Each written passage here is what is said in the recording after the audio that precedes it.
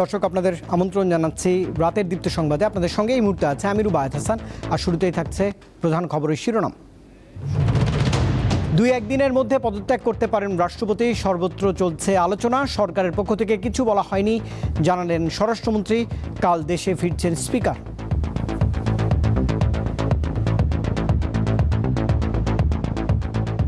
মহামান্য রাষ্ট্রপতি স্বাস্থ্যগত কারণে হোক, যে কোনো কারণে হোক, পদত্যাগ করতে চান, সেই অপশন তো ওনারা আছে। এখানে সরকারের পক্ষ থেকে কিছু বলা হয়নি। সাতক্ষীরার এমপি গাজী নজরুলকে বহিষ্কারের বিষয়ে নির্বাচন কমিশনকে জানিয়েছে জামায়াত ইসলামী। স্পিকারের চিঠি পেলে আসন শূন্য ঘোষণার বিষয়ে সিদ্ধান্ত।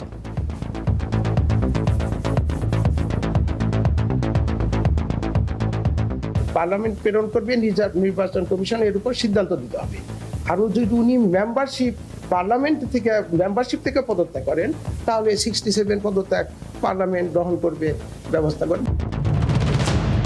সেপ্টেম্বরে ভারতে হতে যাওয়া ব্রিক্স শীর্ষ সম্মেলনে প্রধানমন্ত্রী তারেক রহমানকে আমন্ত্রণ জানিয়েছে নয়াদিল্লি।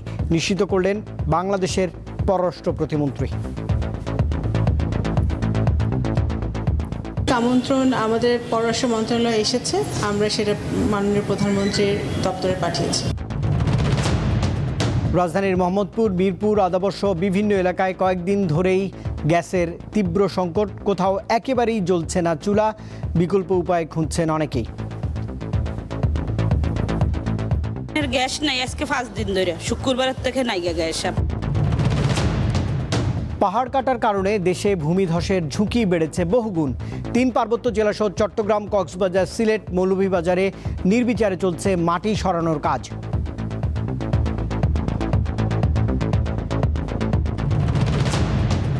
শিক্ষার্থীদের আন্দোলনে হামলার প্রতিবাদে আগামীকাল ভারত জুড়ে বিক্ষোভের ডাক ককরোচ জনতা পার্টির। প্রশ্ন ফাঁসের ঘটনায় দ্রুত বিচার, আদালত গঠনের ঘোষণা প্রধানমন্ত্রীর।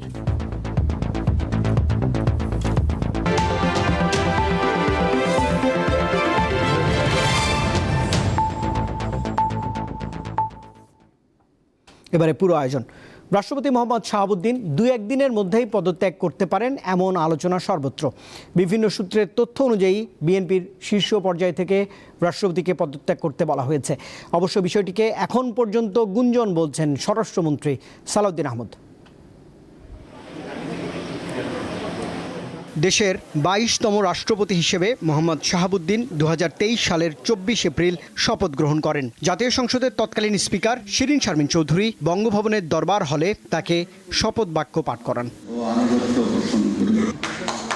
সংবিধান অনুসারে বর্তমান রাষ্ট্রপতির মেয়াদ 2028 সালের 23 এপ্রিল পর্যন্ত। কিন্তু বুধবার হঠাৎই খবর ছড়িয়ে পড়ে তিনি 2-1 দিনের মধ্যে পদত্যাগ করছেন।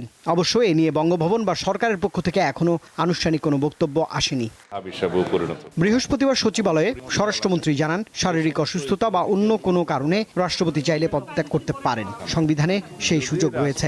মহামান্য রাষ্ট্রপতি স্বাস্থ্যগত কারণে হোক, যে কোনো কারণে হোক, পদত্যাগ করতে চান, সেই অপশন তো ওনারা আছে। এখানে সরকারের পক্ষ থেকে কিছু বলা হয়নি। আমিও এগুলো পত্রিকায় শুনছি। আর তিনি যদি পদত্যাগ করতে চান, সাংবিধানিকভাবে সেটা মাননীয় স্পিকার বরাবর পদত্যাগপত্র দিতে হয়, এইটুকু নিয়ম আছে। জানি, এর বাইরে কিছু জানি না। অবশ্য সরকার ও বিএনপি সংশ্লিষ্ট সূত্র বলছে, রাষ্ট্রপতি মোহাম্মদ শাহাবুদ্দিনকে পদত্যাগের জন্য ইতিমধ্যে বিএনপির উচ্চ পর্যায় থেকে বার্তা দেওয়া হয়েছে। তবে ঠিক কী কারণে তাঁকে সরে যেতে বলা হচ্ছে তা নিশ্চিত হওয়া যায়নি। এদিকে রাষ্ট্রপতির সম্ভাব্য উত্তরসূরি নিয়ে আলোচনা চলছে। ত্রয়োদশ জাতীয় সংসদ নির্বাচনের জন্য রাষ্ট্রপতি হওয়ার দৌড়ে আলোচনায় ছিলেন বিএনপির জ্যেষ্ঠ নেতা খন্দকার মোশাররফ হোসেন ও আব্দুল মঈন খান। রুবায়েত হাসান, দীপ্ত সংবাদ, ঢাকা। এদিকে রাষ্ট্রপতির পদত্যাগের আলোচনার মধ্যেই জাতীয় সংসদের স্পিকার হাফিজ উদ্দিন আহমদ নির্ধারিত সময়ের 2 দিন আগেই আগামীকাল দুপুরে থাইল্যান্ড থেকে দেশে ফিরছেন। সংসদ সচিবালয় জানিয়েছে, রবিবার স্পিকারের দেশে ফেরার কথা ছিল, সে সময়সূচি এগিয়ে আনা হয়েছে। স্পিকারের দেশে ফেরার সময় এগিয়ে আনায় রাষ্ট্রপতির পদত্যাগের আলোচনা আরও জোরদার হয়েছে। সংবিধান অনুযায়ী স্পিকারের কাছে পদত্যাগপত্র জমা দেন রাষ্ট্রপতি পদত্যাগ করলে নতুন রাষ্ট্রপতি নির্বাচিত না হওয়া পর্যন্ত স্পিকারই রাষ্ট্রপতির দায়িত্ব পালন করেন। চিকিৎসার জন্য গত 19 জুলাই থাইল্যান্ডে যান speaker Hafiz Uddin Ahmad.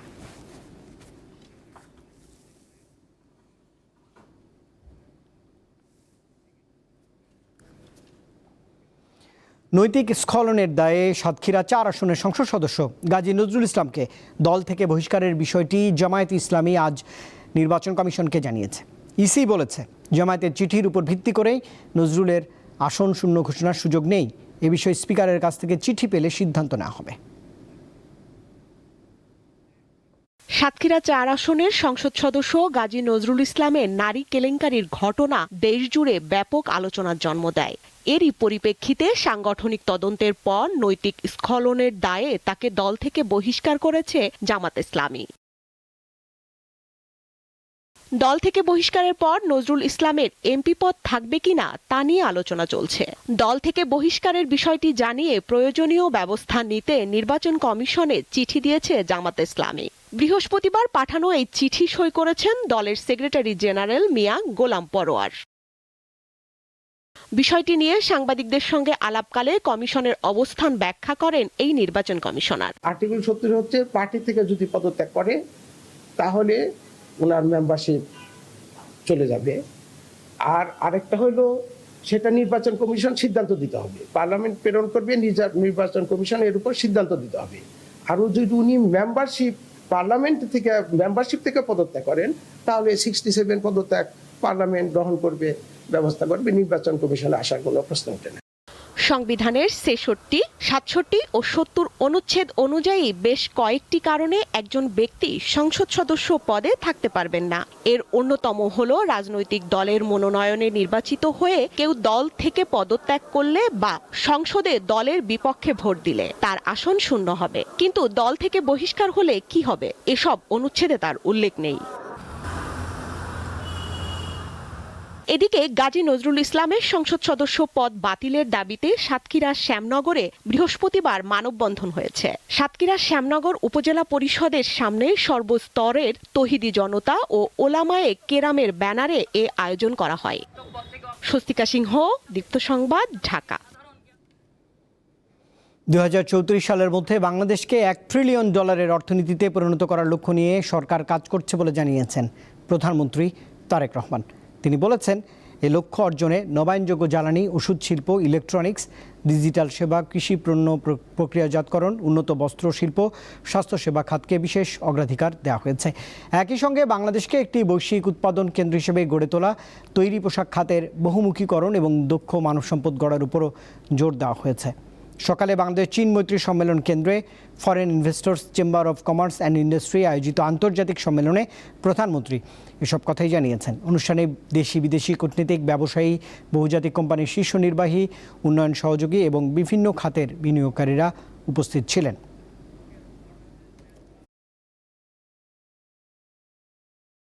Bangladesh's future depends not only on attracting investment. বাংলাদেশের ভবিষ্যৎ কেবল বিনিয়োগ আকর্ষণের উপর নির্ভর করে না, বরং তা নির্ভর করে দীর্ঘস্থায়ী ও বিশ্বাসযোগ্য অংশীদারিত্ব গড়ে তোলার উপর। আমি এই কক্ষে উপস্থিত প্রতিটি ব্যবসায়িক নেতাকে সেই সম্ভাবনাময় ভবিষ্যতের অংশ হতে আহ্বান জানাচ্ছি। আমরা একসাথে এমন একটি অর্থনীতি গড়ে তুলতে পারি যা হবে সুদৃঢ়, ন্যায়ভিত্তিক এবং অন্তর্ভুক্তিমূলক। আমি আপনাদের সবাইকে বাংলাদেশে বিনিয়োগ ও সাফল্যের নতুন দিগন্ত উন্মোচনের আমন্ত্রণ জানাচ্ছি। Let us become partners in building a prosperous and globally connected Bangladesh.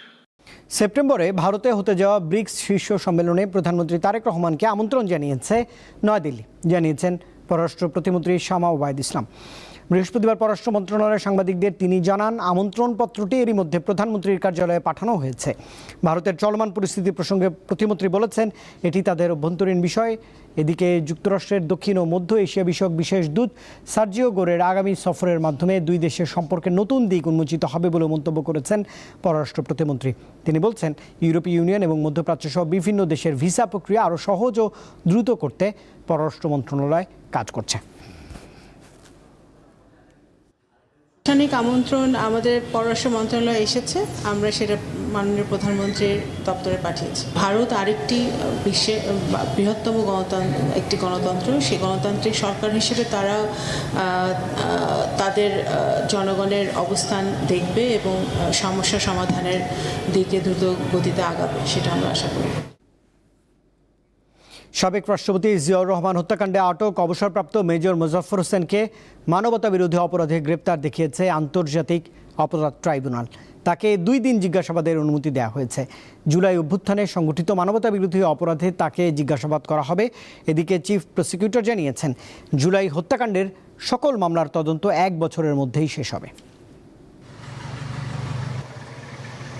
সাবেক রাষ্ট্রপতি জিয়াউর রহমান হত্যাকাণ্ডে অভিযুক্ত মেজর অবসরপ্রাপ্ত মোজাফফর হোসেনকে সেনা হেফাজত থেকে বৃহস্পতিবার আন্তর্জাতিক অপরাধ ট্রাইব্যুনালে হাজির করা হয়। সম্প্রতি রাজধানীতে তিনি গ্রেপ্তার হন। এই সাবেক সেনা কর্মকর্তা দীর্ঘ ৪৫ বছর পালিয়েছিলেন। মানবতা বিরোধী অপরাধের সংশ্লিষ্টতার অভিযোগে প্রসিকিউশনের আবেদনের পরিপ্রেক্ষিতে সাবেক এই সেনা কর্মকর্তাকে গ্রেপ্তার দেখানোর নির্দেশ দেয় আন্তর্জাতিক অপরাধ ট্রাইব্যুনাল 2। গত জুলাই আন্দোলনে যখন মানবতা বিরোধী অপরাধ সংগঠিত হচ্ছিল, সেই সময় মাসুদউদ্দিন চৌধুরী এবং সেই মুজাফফরের মধ্যে অনেকবার কথোপকথন হয়েছে এবং আমরা তথ্য পাচ্ছি যে তিনি এই ফ্যাসিস্ট সরকারের আমলে বহুবার আমাদের পার্শ্ববর্তী দেশে উনি যাতায়াত করেছেন। বাংলাদেশে এসে তিনি আত্মগোপনে থেকে এই মানবতা বিরোধী অপরাধে মাসুদউদ্দিন চৌধুরী সহ সরকারের সাথে তার একটা সংশ্লিষ্টতা ছিল। চিফ প্রসিকিউটর জানান, জুলাই আগস্টের মানবতা বিরোধী অপরাধের মামলায় কারাগারে থাকা অবসরপ্রাপ্ত লেফটেন্যান্ট জেনারেল মাসুদ উদ্দিন চৌধুরীর সঙ্গে মোজাফফর হোসেনের নিয়মিত যোগাযোগ ছিল, তাই তাকে জিজ্ঞাসাবাদ করা প্রয়োজন। আমরা একটি আজকে নতুন করে দরখাস্ত দিয়ে বলেছি যে তাকে জিজ্ঞাসাবাদ করা প্রয়োজন। সেই আবেদনের পরিপ্রেক্ষিতে আজকে মাননীয় ট্রাইব্যুনাল তাকে 2 দিন জিজ্ঞাসাবাদের জন্য আমাদেরকে অনুমতি দিয়েছেন। সেই জিজ্ঞাসাবাদের পরে প্রাপ্ত তথ্যের ভিত্তিতে আমাদের প্রয়োজনীয় পরবর্তী কার্যক্রম গ্রহণ করা হবে। এদিকে জুলাই হত্যাকাণ্ডের বিচার দ্রুত নিশ্চিতের দাবিতে ট্রাইব্যুনালের চিফ প্রসিকিউটরের কাছে স্মারকলিপি দিয়েছে 11 দলীয় ঐক্যজোট। সারা বাংলাদেশের একটা গণমানুষের দাবি হচ্ছে যে এই জুলাই আন্দোলনে যারা শহীদ, যারা পঙ্গুত্ব বরণ করেছে, সেগুলোর মানবতা বিরোধী বিচারগুলো যাতে অগ্রাধিকার ভিত্তিতে হয়, সেই লক্ষ্য নিয়ে আমরা জুলাই আন্দোলনে শহীদদের বা ওই মামলাগুলোকে আমরা প্রাধান্য দিয়ে আমরা তদন্ত কাজ শেষ করার চেষ্টা করছি। আগামী 1 বছরের মধ্যে আমরা চেষ্টা করছি যে যাতে জুলাইয়ের সম্পর্কিত যে মানবতা বিরোধী অপরাধগুলো হয়েছে সেটা আমরা যে কোনো মূল্যে আমরা ইনভেস্টিগেশন শেষ করব এবং বিচারের সম্মুখীন আমরা করব। মাহিদুর রহমান, দীপ্ত সংবাদ, ঢাকা। কয়েকদিন ধরেই তীব্র গ্যাস সংকটে ভুগছেন রাজধানীর মোহাম্মদপুর, মিরপুর, আদাবর, বনশ্রী, রামপুরা, বাড্ডা সহ বিভিন্ন এলাকার বাসিন্দারা। আজ ভোর থেকে অনেক এলাকায় চুলা একেবারেই জ্বলেনি। কক্সবাজারে এলএনজি টার্মিনালে কারিগরি ত্রুটির কারণে গ্যাসের চাপ কমে গেছে বলে জানিয়েছে কর্তৃপক্ষ। যে চুলাটি দেখছেন সেটি অনেকক্ষণ ধরেই জ্বালানোর চেষ্টা করা হচ্ছে, কিন্তু গ্যাস না থাকায় সেটি জ্বলছেই না। শুধু এই বাসা নয়, এই চিত্র এখন রাজধানীর অনেক বাসাই। দিনের পর দিন গ্যাস না থাকায় ভোগান্তিতে পড়ছেন গৃহিণী, কর্মজীবী মানুষ আর শিশুরা। দীর্ঘদিন ধরে পরিবার নিয়ে মোহাম্মদপুরে বাস করছেন পারভিন আক্তার। গত কয়েকদিন গ্যাসের চাপ একেবারেই নেই বললেই চলে। ফলে সকালের নাস্তা থেকে শুরু করে দুপুর ও রাতের খাবার তৈরি নিয়ে অনিশ্চয়তায় পড়েছেন তিনি। বাধ্য হয়ে ব্যবহার করছেন বৈদ্যুতিক চুলা, এতে বাড়ছে খরচ। ছেলে মেয়ে আছে, তাদের খাবার দিতে হয়, অসুস্থ মা আছে, তার জন্য রান্না করতে হয় একটু করে, এই সময় এটা ওটা বানাই দিতে হয়। এখন কি করব, আমরা আসলে খুব বিপদের মধ্যে আছি। শুধু মোহাম্মদপুর নয়, রাজধানীর যাত্রাবাড়ি, মিরপুর, আদাবর, বনশ্রী, রামপুরা, বাড্ডা, খিলগাঁও, উত্তরা, শ্যামলী, কল্যাণপুর, ডেমরা, বাসাবো, গেন্ডারিয়াতেও একই অবস্থা। বৃহস্পতিবার ভোর থেকেই চুলায় আগুনই জ্বলেনি। এই অবস্থায় কেউ কেউ ভরসা করছেন সিলিন্ডার গ্যাসে। আমার স্বাস্থ্যকর খাবার হচ্ছে না, দেখা যাচ্ছে বাহির থেকে কিনে খাওয়া হচ্ছে, বাড়তি একটা খরচ হচ্ছে। আমরা তো একটা গ্যাসের বিল দেখা যাচ্ছে দিচ্ছি। একটা সিলিন্ডার কিনে দিল, একটা আগের পুরোনো গ্যাস আছিল সেটা নামালে আমরা ইউজ করতেছি। ওই একদিন পাক করে 7 দিন খাওয়ার লাগে। তাই বাসা খাবার কতই খাওয়ায়, বাচ্চা কাচ্চা অতই বাসা খাবার খাওয়ান যায়। আইটেমের সংখ্যা কমে গেছে। আজকে আমার হাজবেন্ড বলতেছে একটা রান্না করো, অত কষ্ট করে করতে হবে না। সবার পক্ষে অবশ্য এই বিকল্প ব্যবস্থা গ্রহণ করা সম্ভব হচ্ছে না। বাধ্য হয়ে কাঠের চুলায় রান্না করেন অনেকে। আপনার গ্যাস নাই আজকে 5 দিন ধরে, শুক্রবারের থেকে নাই গ্যাস।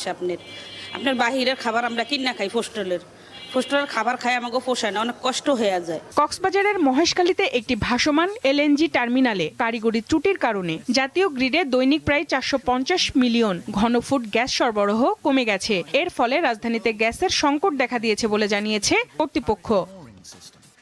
সঞ্জিতা প্লাবনী, দীপ্ত সংবাদ, ঢাকা। টানা বর্ষণ ও পাহাড়ি ঢলে হবিগঞ্জের চুনারুঘাট উপজেলার সাতছড়ি জাতীয় উদ্যান সংলগ্ন একটি ত্রিপুরা পল্লী মারাত্মক ভাঙনের মুখে পড়েছে। এর মধ্যে বেশ কয়েকটি বসতঘর ভেঙেও গেছে। দ্রুত গাইডওয়াল নির্মাণ না হলে চলতি বর্ষায় পুরো পল্লী বিলীন হয়ে যাওয়ার শঙ্কা তৈরি হয়েছে।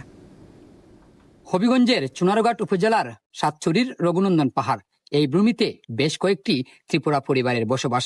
কয়েক বছর ধরে ভারী বর্ষণ ও পাহাড় ধসের কারণে ধ্বংস হচ্ছে ত্রিপুরা পল্লীর বসতভিটা। তো আমাদের এখানে আপনার মোটামুটি সব এখানে বাড়িঘর নিয়ে 40টা ফ্যামিলি ছিল। তো 40টা ফ্যামিলির মধ্যে এখন ওরা এখানে ঘর বাড়ি ভাঙা বিন্দা অন্য জায়গায় চলে গেছে। ডল আসলে অনেক আতঙ্ক পাই, বলার মতো না, সাগরের মতো। এখানে বাসায় থাকার জন্য আমরা খুবই সুখে শান্তি ছিলাম, কিন্তু এই ভাঙনের কারণে আমরা এখন ওই পাশে গেছি। ওই পাশে কিছু আমাদের নেই, বাড়ি ঘরও ভেঙে গেছে। এবছর টিলায় ধস দেখা দেয় আতঙ্ক রয়েছেন ত্রিপুরা পল্লীর বাসিন্দারা। মৃত্যু ঝুঁকি নিয়ে বসবাস করছেন তারা। পাহাড়ে চলাচলের রাস্তাটি ভেঙে যাওয়ায় পোহাতে হচ্ছে ভোগান্তি। 100 বছরের ঐতিহ্য ধরে রাখতে পাহাড়ে গাইডওয়াল নির্মাণের দাবি স্থানীয়দের। এই বছর প্রচুর ভারী বৃষ্টিপাতে ভাঙনের ফলে ভয়াবহ, আমরা খুব বয়ে আতঙ্কে আছি। যে কোনো সময় গ্রাম বিলীন হয়ে যেতে পারে। এজন্য আমরা সরকারের কাছে দাবি জানাচ্ছি আমরা গাইডওয়ালের জন্য। এখানে যারা ত্রিপুরা আছেন ওনাদের নিরাপত্তার জন্য আমার মনে হয় এখানে গার্ডওয়াল দেওয়াটা খুব প্রয়োজন আমার মনে হয়। পল্লীর বাসিন্দাদের পাহাড়ে পুনর্বাসনের পাশাপাশি ধস রোধের উদ্যোগ নেওয়া হবে বলে জানায় প্রশাসন। যেটা করলে এই ব্রিজটা আসলে রক্ষা করা সম্ভব হবে। খুব সম্ভবত এলাকাবাসীর একটা দাবিও আছে গাইডওয়ালের। এটা সম্ভবতা যাচাই করে যদি সম্ভব হয় জরুরি ভিত্তিতে গাইডওয়ালের বিষয়টা দেখার জন্য। 1947 সালের পর ত্রিপুরা পল্লীতে বসবাস শুরু করে 47টি পরিবার। পাহাড় ধসের কারণে পল্লী ছেড়েছে 24টি পরিবার। আকলাস আহমেদ প্রিয়, দীপ্ত সংবাদ, হবিগঞ্জ। আগামী 28 জুলাই বিশ্ব প্রকৃতি সংরক্ষণ দিবস। প্রাকৃতিক সম্পদ সংরক্ষণ, উদ্ভিদ এবং প্রাণী জগতের সুরক্ষা, জীববৈচিত্র্য হ্রাস এবং দূষণের মতো পরিবেশগত হুমকি সম্পর্কে সচেতনতা বাড়াতে এই দিনটি পালন করা হয়। বাংলাদেশের প্রাণ প্রকৃতি নিয়ে দীপ্ত সংবাদ ধারাবাহিক প্রতিবেদন প্রচার করছে। আজ থাকছে অবৈধভাবে পাহাড় কাটা নিয়ে একটি প্রতিবেদন।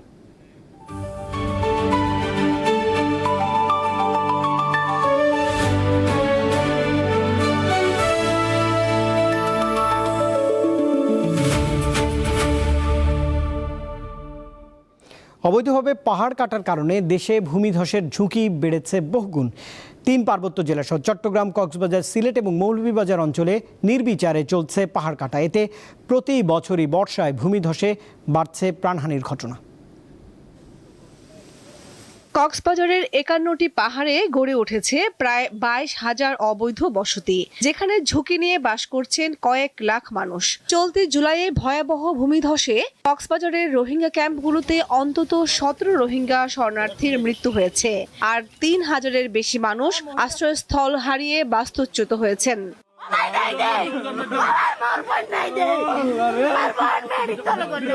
হঠাৎ করে অনেক একটা বড় আওয়াজ আছে, ওটা শুনে বাসা থেকে বের হয়ে দেখলাম আমাদের পাশে যে বাসা আছে, উনি আমার ভাবি হয়।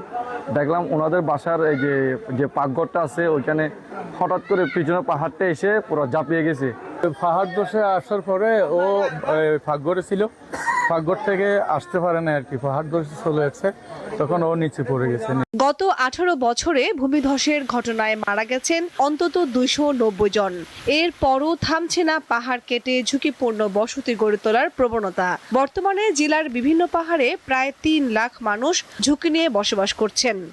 ভোর 4টা, 4:30টার দিকে শুনতে পাই মিশন পাড়ায় এই পাহাড় ধসে একই পরিবারের 3 জন মাটি চাপায়। গাছের নিচের মাটিগুলো নরম হওয়ার কারণে আপনার মাটি সহ গাছ একদম চাপা পড়ছে, এদিকে নেমে চলে আসছে। বান্দরবানের 2 পৌরসভা সহ 7 উপজেলায় প্রায় 10,500 মানুষ পাহাড় ধসের ঝুঁকি নিয়ে বসবাস করছেন। তাদের 1/3 অতি মাত্রায় ঝুঁকিতে রয়েছেন। পাহাড়ের পাদদেশে অপরিকল্পিতভাবে বসতি স্থাপন এবং নির্বিচারে পাহাড় ও গাছপালা কাটার কারণে অতিবৃষ্টিতে মাটি নরম হয়ে সহজেই পাহাড়ের মাটি ধসে পড়ে দুর্ঘটনা ঘটে। পাহাড়ি এলাকায় বসবাসকারীদের সচেতন করতে এবং নিরাপদে সরে যেতে প্রশাসনের পক্ষ থেকে মাইকিং করা হলেও থামানো যাচ্ছে না পাহাড়ে বসবাসকারীদের। কামরুন নাহার, দীপ্ত বার্তাকক্ষ। লেমন গ্রাস হলো সরু এবং দীর্ঘ পাতা বিশিষ্ট একটি উদ্ভিদ। বাণিজ্যিকভাবে এর চাষ করা হয় সুগন্ধির জন্য, রান্নাসহ চা তৈরিতে ব্যবহার করা হয় এই লেমন গ্রাস। এটি চাষ করে নিজের জীবন জীবিকায় আমূল পরিবর্তন এনেছেন নওগাঁর সীমান্তবর্তী সাপাহার উপজেলার এক কৃষি উদ্যোক্তা।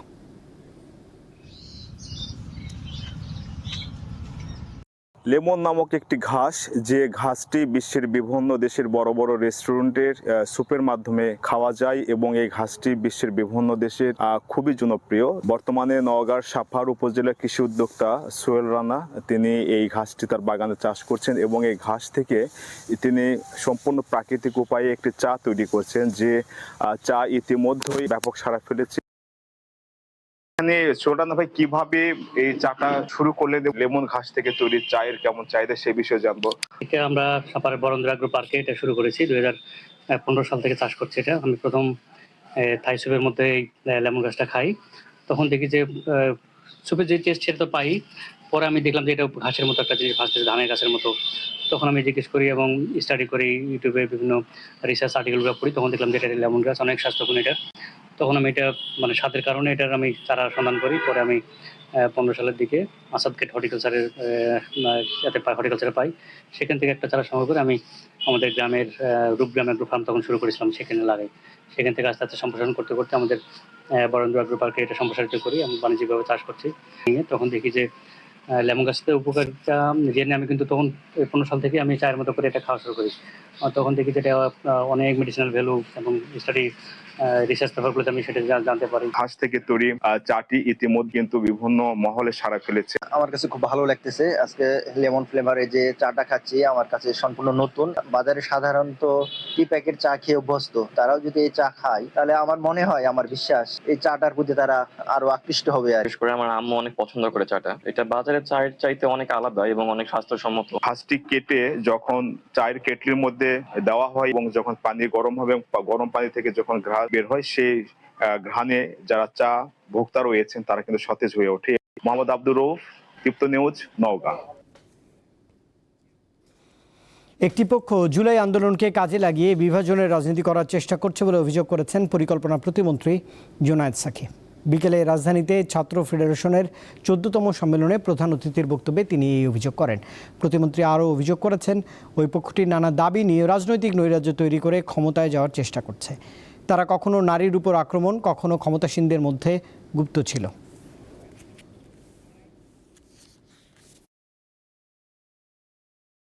বাংলাদেশে আমরা দেখি জুলাই আন্দোলনকে কাজে লাগিয়ে আবার এখানে একদল উগ্রবাদী রাজনীতি এবং বিভাজনের রাজনীতি দাঁড় করানোর চেষ্টা হচ্ছে।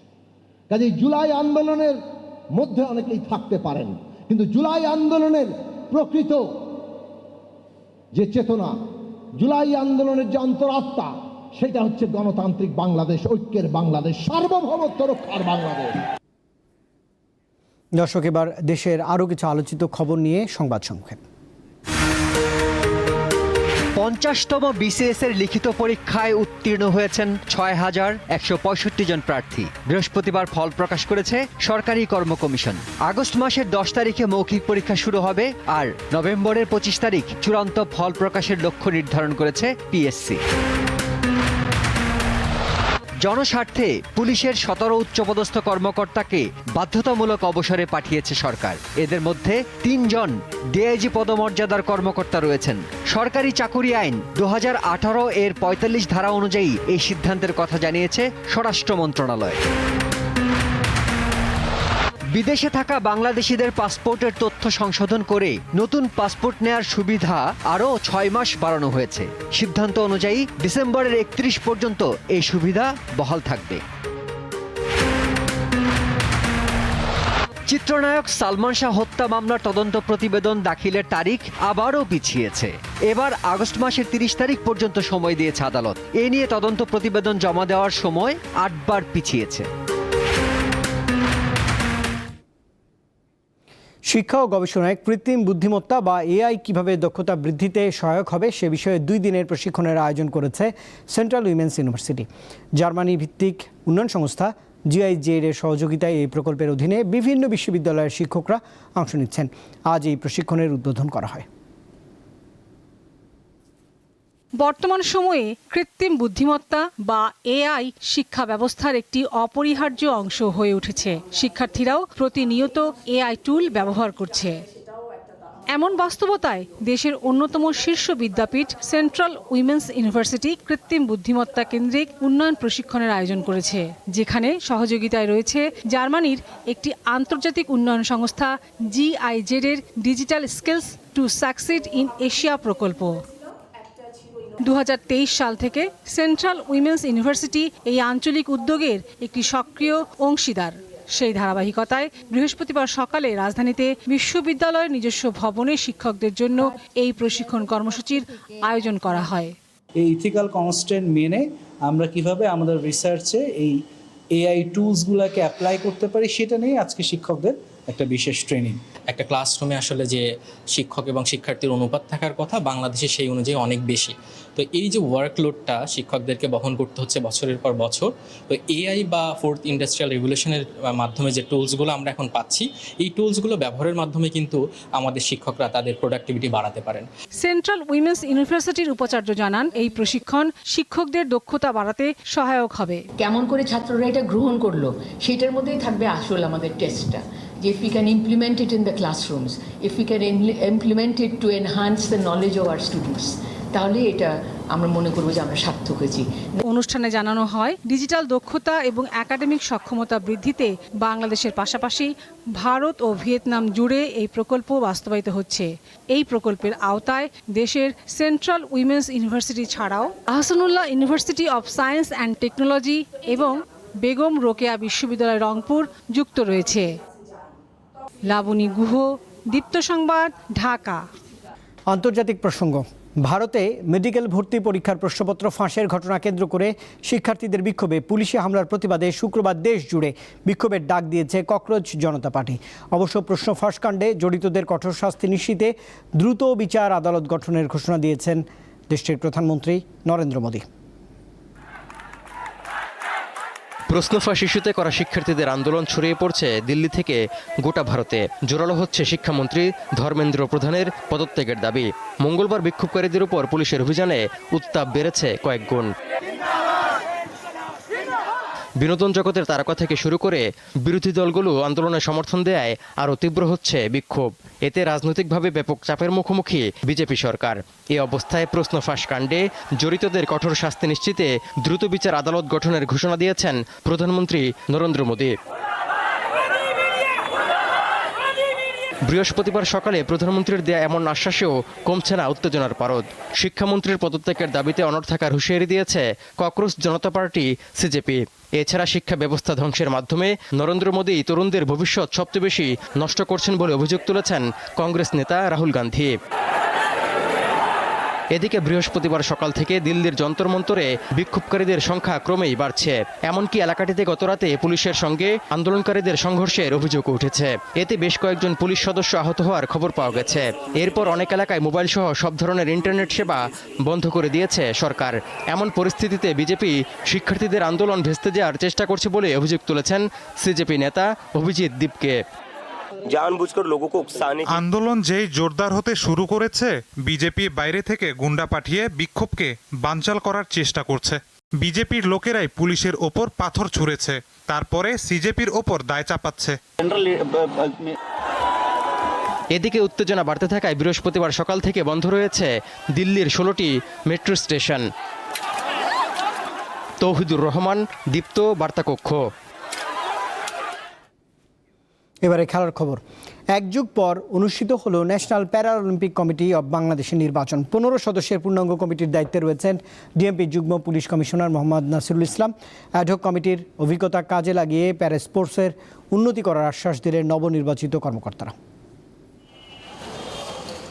নতুন সরকার দায়িত্ব নেওয়ার পর দেশের ক্রীড়া অঙ্গনে বৃহস্পতিবার প্রথম নির্বাচন অনুষ্ঠিত হলো ন্যাশনাল প্যারালিম্পিক কমিটি ও বাংলাদেশ। সকাল 10টা থেকে বিকাল 4টা পর্যন্ত চলা এই নির্বাচনে 4 ক্যাটাগরিতে প্রার্থী ছিলেন 8 জন। রিটার্নিং কর্মকর্তা সাজিদ বিন জাহিদ নির্বাচনের ফলাফল ঘোষণা করেন। এতে কোষাধ্যক্ষ পদে 14 ভোট পেয়ে জয়ী হন আসিফুল হাসান মাসুদ। যুগ্ম সাধারণ সম্পাদক নির্বাচিত হেদায়েতুল আজিজ। অ্যাডহক কমিটি থেকে আস্থা অর্জন করে কমিটিতে মহাসচিব হিসেবে নির্বাচিত হয়েছেন মারুফ আহমেদ মৃদুল, আর সভাপতি হয়েছেন নাসিরুল ইসলাম। স্পোর্টসকে আসলে ডিসিমিনেট করতে হবে, বিভিন্ন জায়গায় প্রান্তিক পর্যায়ে আমাদেরকে ছড়িয়ে দিতে হবে, সেটির একটা পরিকল্পনা আমাদের রয়েছে। ইতোমধ্যে আমরা আমাদের এই কমিটিতে যারা কাজ করেছি নির্বাচনের আগেই আমরা এটির একটা ইভেন্ট ক্যালেন্ডার আমরা তৈরি করেছি যে এক বছরে আমরা এটাকে কোথায় নিতে পারি। সেক্ষেত্রে আমাদের যে পরিকল্পনা রয়েছে এই পরিকল্পনায় মাননীয় মন্ত্রী মহোদয়েরও আমাদের প্রতি একটি নির্দেশনা ছিল যে অন্ততপক্ষে আমরা এই প্রান্তিক পর্যায়ে এটিকে ছড়িয়ে দেওয়ার জন্য ডিভিশনাল পর্যায়ে স্পোর্টসটাকে আমরা নিতে পারি কিনা। অতীতের অভিজ্ঞতা কাজে লাগিয়ে প্যারা স্পোর্টসকে জাতীয় এবং আন্তর্জাতিক পর্যায়ে এগিয়ে নেওয়ার প্রতিশ্রুতি দেন নবনির্বাচিত মহাসচিব। আমরা ন্যাশনাল প্যারা স্পোর্টসটাকে সারা বাংলাদেশে ছড়িয়ে দিতে পারবো। সবার দেশের প্রত্যেকটা প্রান্ত থেকে আমরা ন্যাশনাল বাংলাদেশের সবচেয়ে জুয়েল প্যারা অ্যাথলেটদের সংগ্রহ করতে পারবো।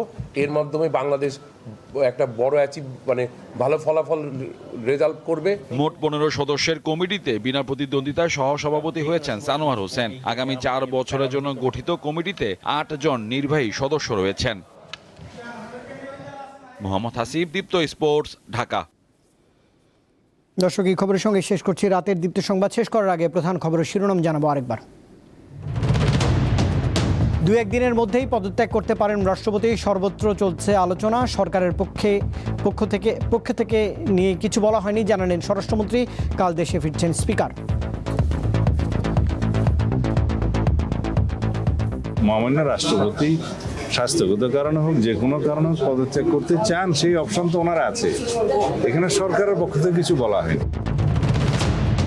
সাতক্ষীরার এমপি গাজী নজরুলকে বহিষ্কারের বিষয়ে নির্বাচন কমিশনকে জানিয়েছে জামায়াত ইসলামী। স্পিকারের চিঠি পেলে আসন শূন্য ঘোষণার বিষয়ে সিদ্ধান্ত।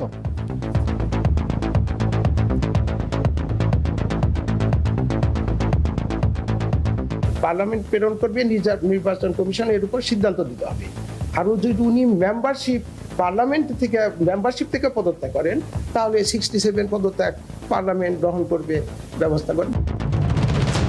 সেপ্টেম্বরে ভারতে হতে যাওয়া ব্রিক্স শীর্ষ সম্মেলনে প্রধানমন্ত্রী তারেক রহমানকে আমন্ত্রণ জানিয়েছে নয়াদিল্লি, নিশ্চিত করলেন বাংলাদেশের পররাষ্ট্র প্রতিমন্ত্রী। আমন্ত্রণ আমাদের পররাষ্ট্র মন্ত্রণালয়ে এসেছে, আমরা সেটা মাননীয় প্রধানমন্ত্রীর দপ্তরে পাঠিয়েছি। রাজধানীর মোহাম্মদপুর, মিরপুর, আদাবর সহ বিভিন্ন এলাকায় কয়েকদিন ধরেই গ্যাসের তীব্র সংকট। কোথাও একেবারেই জ্বলছে না চুলা, বিকল্প উপায় খুঁজছেন অনেকেই। গ্যাস নাই, আজকে 5 দিন ধরে, শুক্রবারের থেকে নাই গ্যাস। পাহাড় কাটার কারণে দেশে ভূমিধসের ঝুঁকি বেড়েছে বহুগুণ। 3 পার্বত্য জেলাসহ চট্টগ্রাম, কক্সবাজার, সিলেট ও মৌলভীবাজারে নির্বিচারে চলছে মাটি সরানোর কাজ।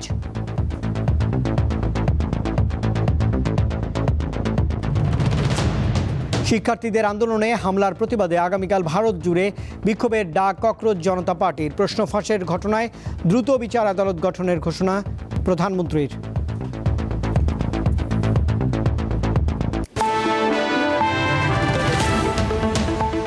দর্শক, এই ছিল এখনকার মতো। এতক্ষণ সঙ্গে থাকবার জন্য ধন্যবাদ সবাইকে। আরও তথ্য বিনোদনের জন্য আপনি যুক্ত থাকতে পারেন দীপ্ত টেলিভিশনের ডিজিটাল প্ল্যাটফর্মগুলোতে। শুভরাত্রি।